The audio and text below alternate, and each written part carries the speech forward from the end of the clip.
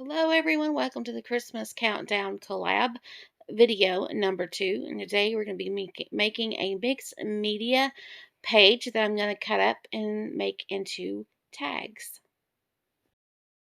So here is our items that we're going to be working with. Of course, we have our printable that we're going to be working with, and I have some braille paper to use as texture. I have some gelatos, and I want to use this blue or and some of the white, maybe some of the silver glitter with some water. Then I'm going to use just some acrylic paint. This is matte acrylic. I've got my Elmer's glue all here. I have all kinds of lace and trims, buttons. I have this ink pad. It is blue, and I have a stamp on there. But it is that color works. I have brushes, ribbons, and I love this. Kind of reminds me of snowflakes. This is vintage. Pom-pom trim and glitter. And then I have some Fibba tape. I have some chunky glitter. A snowflake stamp. A little tree punch. I have my baking soda. And to make my glitter do-it-yourself gesso snow. So let's get started. I'm going to clear all this off. I have my glue gun ready. Let's clear all this off and get started.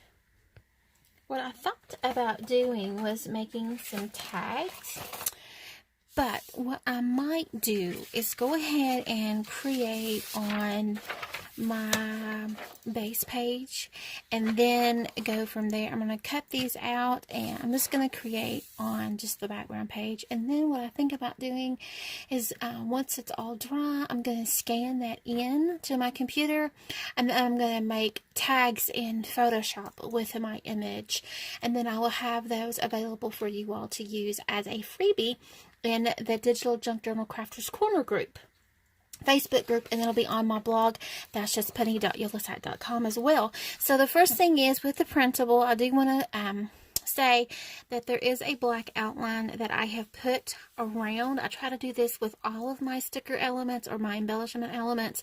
That way, if you have a Brother scanning machine, you can just scan it in and it will pick up the images.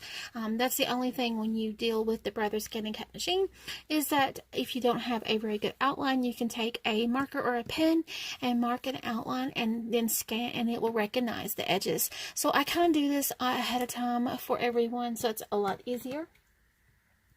So I am going to start by just cutting my elements out. And I'm going to use this little bear.